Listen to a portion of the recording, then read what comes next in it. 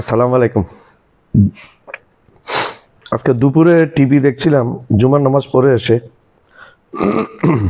TV দেখে একটু ভালো লাগলো।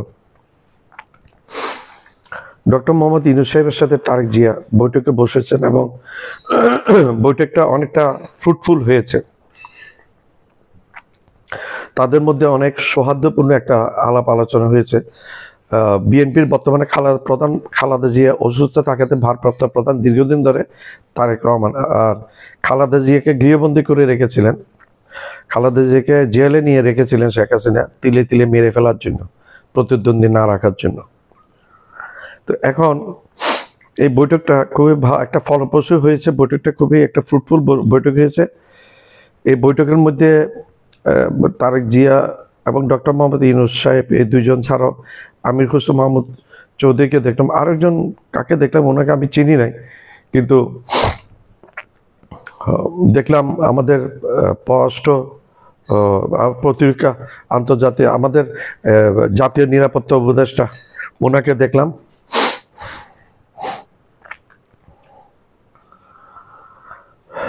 উনিও ছিলেন জাতীয় নিরাপত্তা উপদেষ্টা। তারপর আমির খসরু মাহমুদ ছিলেন। এরপরে ওনাদের বৈঠক হয়েছে 1 ঘন্টা আগে। বৈঠকের পরে একটা সাংবাদিক সম্মেলনে প্রেস ব্রিফিংয়ে ছিলেন আমির খসরু মাহমুদ চৌধুরী, আমাদের জাতীয় নিরাপত্তা উপদেষ্টা এবং আমাদের ইন্টারিম সরকারের তথ্য যিনি আছেন উনি। তো এখন আমি আগেও বলেছিলাম বিএনপি ডক্টর মোহাম্মদ ইউনূস সাহেব ক্ষমতায় আসুক, এটা সম্ভবত মনে হয় বিএনপি খুব একটা পছন্দ করেননি। আওয়ামী লীগ যেভাবে পছন্দ করেনি এভাবে পছন্দ করে যাও। এখন ছাত্রদের দাবি অনুযায়ী ছাত্ররাই তো ফ্যাসিস্ট 15-16 বছরের স্বৈরাচার উৎখাত করে দিল্লিতে পাঠিয়ে দিয়েছিল, এখানে থাকতে মেরে ফেলতো ছাত্র জনতা। এটা একবার 100% কনফার্ম, টুকরো টুকরো করে ফেলতো। আমি উস্কানি দিচ্ছি না, কিন্তু এটা একটা পসিবিলিটি অনেক বেশি ছিল। যাক, এখন এই বৈঠকটা হওয়াতে কিছুটা রাজনীতিক ইয়েতে কিছুটা সুবাতাস বইতে থাকবে বাংলাদেশে। আওয়ামী লীগ যে একটা চক্রান্ত করেছিল, ভারত যে একটা চক্রান্ত করেছিল আওয়ামী লীগকে দিয়ে বিএনপির সাথে, বিএনপির উপরে এখানে যে নেতাগুলা, আমি নাম ধরে ধরে বলছি, আমির খসরু মাহমুদ চৌধুরী, তারপর মির্জা আব্বাস, তারপর মির্জা ফখরুল ইসলাম আলমগীর, তাদের বড় উপরের সারে অ্যাডভোকেট রুহুল কবির রিজভী, তাদের বড় সারে যতগুলো নেতা ছিল, তাদের দূরদৃষ্টিগুলো দেখে আমি অবাক হই। তাদের মধ্যে ভবিষ্যতে কি হবে, একটা ফ্রুটফুল কি হবে, সেই জিনিসটা তাদের মধ্যে আমি পরিলক্ষিত হয় না, পাইনি। যেটা আমি আগেও বলেছি, আমরা 2টা নেত্রী পেয়েছিলাম, মহিলা নেত্রী আমাদের এই স্বাধীন হওয়ার পর থেকে। একজন ফ্যাসিস্ট শেখ হাসিনা, আর যে হচ্ছে মানুষে এখনো মনের মধ্যে রেখে দিয়েছেন, অন্তরে রেখে দিয়েছেন, বেগম খালেদা জিয়া। বেগম খালেদা জিয়ার দেশাত্মবোধ সম্বন্ধে কোনো প্রশ্ন নেই।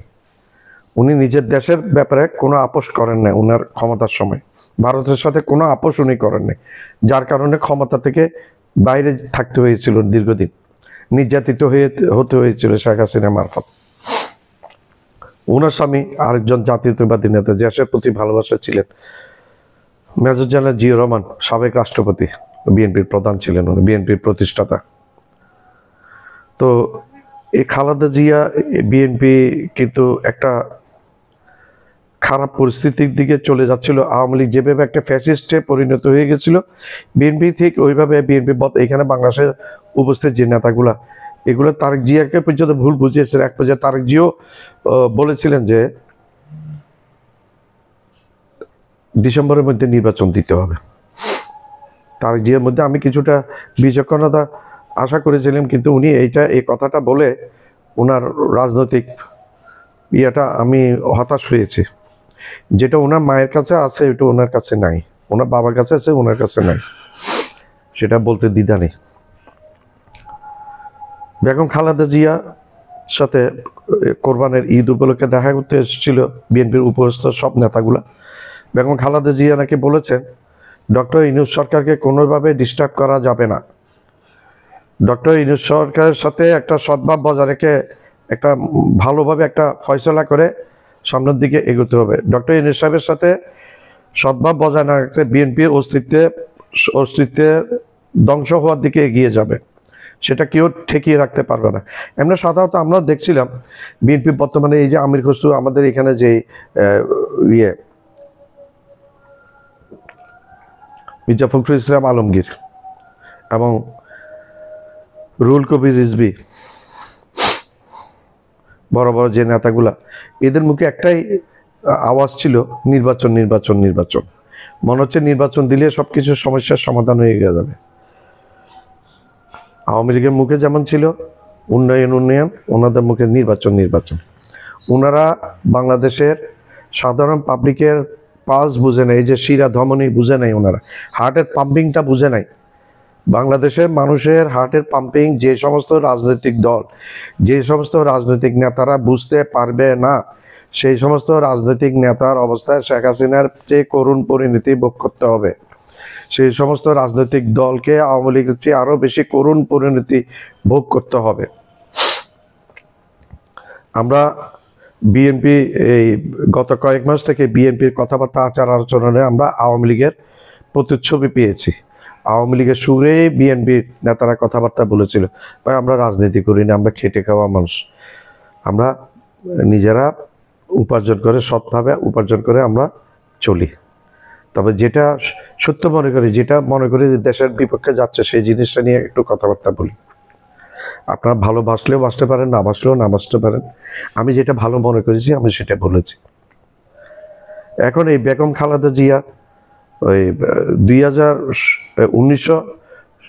1917 সালে জোর করে একটা ইলেকশন করেছিলেন, বুঝে হোক না বুঝে হোক। ইলেকশনের 25 দিনের মাথায় নিজের ভুলটা বুঝতে পেরে আওয়ামী লীগের চরম আন্দোলনের মুখে নিজে পদত্যাগ করেছে, পুরো পার্লামেন্ট ভেঙে দিয়েছেন এবং নির্বাচনের জন্য প্রেসিডেন্টকে কল করেছিলেন। এটা ওনার দূরদৃষ্টি। প্রথমে বুঝেন নাই, উনি নির্বাচন দিয়েছেন, উনি পরে জনগণের পাঁচটা বুঝতে পেরেছেন এবং নতুন করে আবার নির্বাচন হয়েছে, যেটাতে আওয়ামী লীগ ক্ষমতায় এসছে। খালেদা জিয়ার ওই দূরদৃষ্টির কারণে খালেদা জিয়া এখনো মানুষের অন্তরে আছে। শেখ হাসিনা আছে মানুষের ঘৃণার পাত্রে, মানুষের ঘৃণা পাত্রে রেখেছে শেখ হাসিনাকে, আর ভালোবাসার জায়গায় রেখেছে বর্তমানে বেগম খালেদা জিয়াকে। এই যে একটা দূরদৃষ্টি সম্পন্ন নেত্রী, এইটাই বললাম। একজন সাধারণ গৃহিণী, উনি কোনো রাজনৈতিক পরিবার থেকে উঠে আসে নাই। ভাই রাজনীতি করতে হলে রাজনৈতিক পরিবার থেকে উঠতে হবে এমন কোনো কথা নাই। এবং আজীবন রাজনীতি করেও ভালো রাজনীতিবিদ হওয়া যায় না। আজীবন রাজনীতি না করেও ভালো একজন রাজনীতিবিদ হওয়া যায়, ভালো একজন দূরদৃষ্টি সম্পন্ন নেতা হওয়া যায়। যেটার উদাহরণ ডক্টর মোহাম্মদ ইউনূস সাহেব। আমাকে একটা ডক্টর মোহাম্মদ ইউনূস সাহেবের বিকল্প এই মাপের একটা লিডার আপনি বাংলাদেশে দেখান, ইন্ডিয়া দেখান, পাকিস্তানে দেখান, শ্রীলঙ্কা দেখান, সার্কভুক্ত একটা দুনিয়ার মধ্যে একটা দেখান এই ধরনের একটা নেতা, উদ্ভাবনী ক্ষমতা যার, এবং নেতৃত্ব দেওয়া যে একটা ক্ষমতা। ভুল ত্রুটি মানুষের থাকবে, টুকটাক থাকবে, কিন্তু ডক্টর ইউনূস বাংলাদেশের 1000 বছরে একজনে এসছে। আগামী 1000 বছরে এই টাইপের মানুষ আমরা পাই কিনা সন্দেহ আছে। দুনিয়া যাকে চিনে আমরা তাকে কিন্তু চিনি না, তাকে আমরা সমভাবে মর্যাদা দিতে পারি নাই। উনি তো জোর করে আসে না রে ভাই, ওনারে আমরা আনছি, আপনাদের হাতে পায়ে ধরে আনছি ওনাকে। উনি জোর করে আসে নাই তো, ওনার টাকায় পড়ছে, মিলিয়ন মিলিয়ন বিলিয়নের ডলারের মালিক উনি, ব্যবসা করেন বাইরে, আমেরিকাতে আছে, রাশিয়াতে আছে, বিভিন্ন জায়গায় ওনার ব্যবসা আছে। কি দরকার, উনি সব জায়গায় যেখানে যাবেন ওইখানে রাজা আড়ালে প্রত্যেকটা রাষ্ট্রপ্রধান ওনাকে সম্মান করেন। ভ্লাদিমির পুতিন বলেছেন আমার এখানে আপনি কয়েক মাস থেকে মাইক্রো ক্রেডিটটা আপনি একটু চালু করে দিয়ে যান। চীনে যেখানে গিয়েছিলেন সেই প্রদেশের একসময় উনি নাকি অনেক বছর আগে উনি নাকি উপদেষ্টা ছিলেন, অর্থনৈতিক উপদেষ্টা। আমরা শুনে অবাক, উনি নিজের মুখে কোনোদিন কোনো কিছু বলেন নাই। শেখ হাসিনার মুখে আমরা শুধু একটা কথা শুনতাম, এটা আমার আওয়ামী লীগের, আমার বাপের, এ দেশ আমার বাপের। যাক, আমি সেই প্রসঙ্গে এখন আর যাচ্ছি না। তো বেগম খালেদা জিয়া, আপনাকে আমরা সাধারণ নাগরিক আপনাকে অসংখ্য ধন্যবাদ জানাই, এবং এ দেশের মানুষ আপনাকে মনে রাখবে আপনার স্বামীর মতো। আপনার স্বামী ভারতের দালালি করে নাই, ভারতের গোলামি করে নাই, যার কারণে আপনার স্বামীকে মৃত্যুবরণ করতে হয়েছে। ভারতের মেরে ফেলেছে, মেরে ফেলেছিল, ভারতে মেরে ফেলেছিল আপনার স্বামীকে। কিন্তু উনি মানুষের অন্তরের মধ্যে আছেন, উনি শহীদের মর্যাদা পেয়েছেন।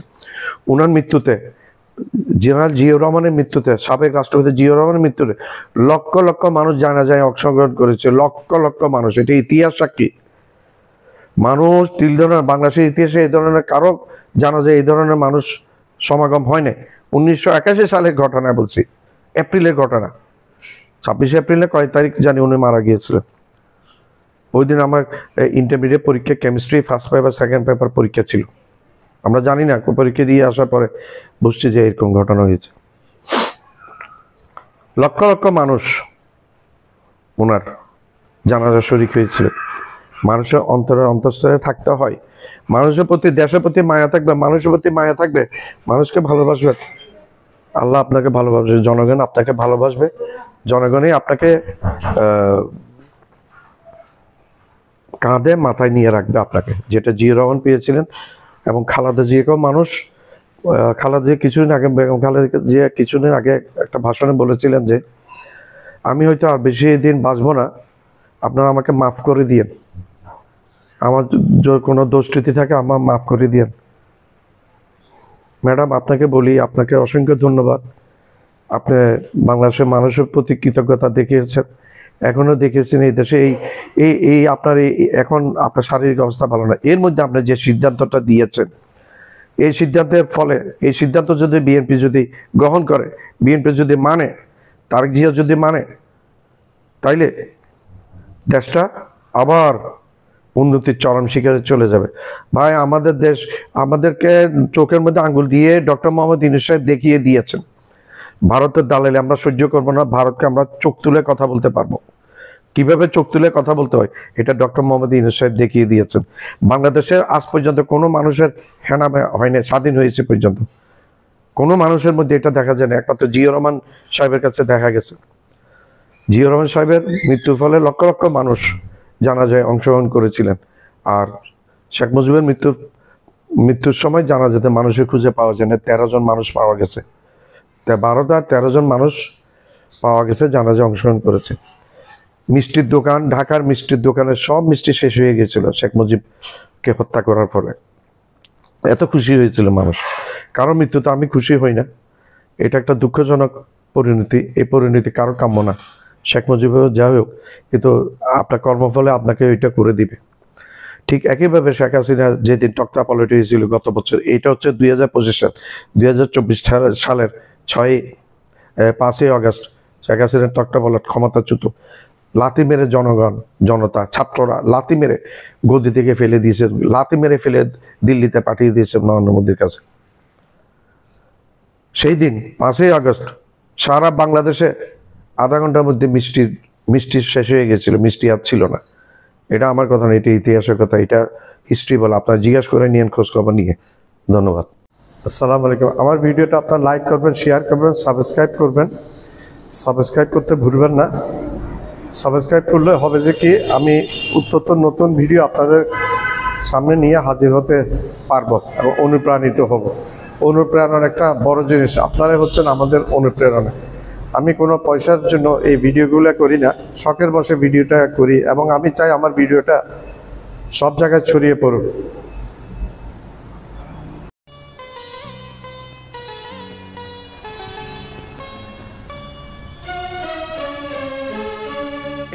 আমার